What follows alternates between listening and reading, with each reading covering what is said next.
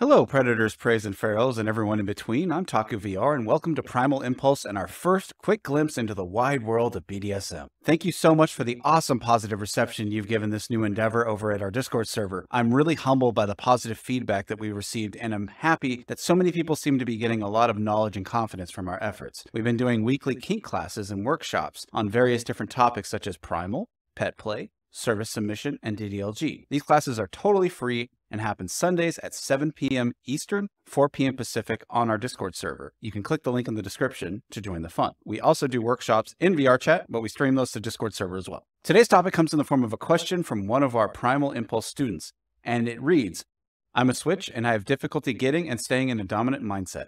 What do you recommend I do to remedy this? Thanks for asking. Reaching and maintaining a dominant headspace can be difficult for sure if you're not used to it. As you said, you are a switch. I take it you've explored both parts of yourself and have decided that filling both roles is what's for you. I say this because sometimes it takes a come to Jesus moment to decide if you really are a switch or you're just trying to be a service dominant because you like performing that role for someone, which is okay. I'm going to assume it's the former. So let's get into what a dominant headspace is and go from there. A dominant headspace is a mental state that a dominant partner in a BDSM dynamic may enter into in order to effectively take control and exercise power in a BDSM scene or relationship. This headspace is characterized by feelings of confidence, assertiveness, and a clear understanding of one's own desires, limits, and boundaries. In a dominant headspace, a person may feel empowered and in control and may be more focused on their role as a dominant, including giving commands, making decisions, and guiding the scene. This headspace is a key aspect of BDSM as it allows the dominant partner to fully engage in the power exchange dynamic and create a safe and enjoyable experience for both partners. It's important to note that everyone's experience with the dominant headspace can be unique, and what works for one person may not work for another. Some people may naturally enter into a dominant headspace, while others may need to take specific steps such as role-playing or focused breathing, etc. to get there. The key is to find what works for you. While getting into a dominant headspace in BDSM can be different for everyone, here are some common tips that might help, and we'll break them down one at a time. To be a confident and effective dominant, it's important that you have the right mindset. This may include feeling comfortable with taking control, having a clear understanding of your own desires and boundaries, and feeling confident in your ability to communicate and negotiate. This includes a baseline confidence in your ability to take control as it shows in your demeanor and can make you more effective in your power exchange dynamic.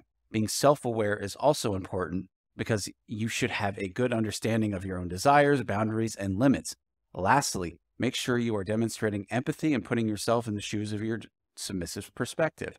It allows you to better understand your partner and what they need and want. Engaging in role-playing can be a great way to get into a dominant headspace. By assuming a dominant role, you can practice taking control and giving commands and get better sense of what feels natural and empowering to you.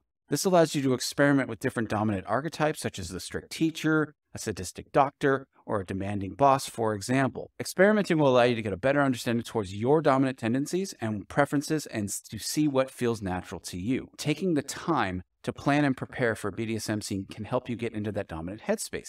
This may involve thinking about what you want to do, what your partner is comfortable with, and what tools or props you may need. I highly recommend looking into some rituals or protocols for yourself to set your mind into the task at hand. I personally use a primal headspace to get into an alpha mindset, and that usually does it for me as I'm trained to allow that headspace to take over and allow myself to be in the moment while also watching over my actions to make sure I stay within the lines of consent and what we agreed upon. Certain cues can also help you get into a dominant headspace. For example, standing tall, making eye contact, speaking with a confident tone, with authority, slowly and clearly.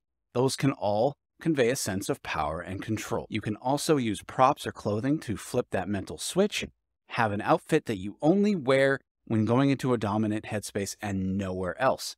Touch is also a very important tool in BDSM, as a dominant may use it to assert their control and dominance. For example, a dominant may use a light touch to guide the submissive to a specific position, or they may use a firm grip to hold their submission still during a scene. Focused breathing can help you get into a more relaxed and focused state of mind, which can be useful when transitioning into a dominant headspace. Try taking deep breaths, focusing on your breath, clearing your mind from any distractions.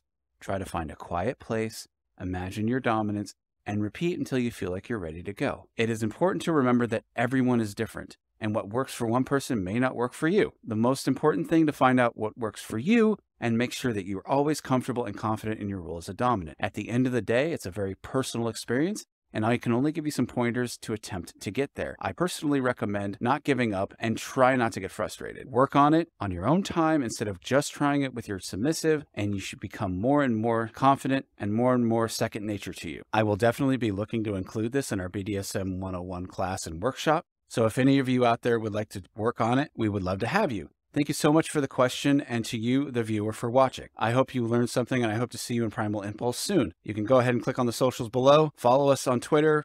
I put out my first TikTok the other day. That's it for today, and I appreciate you all watching.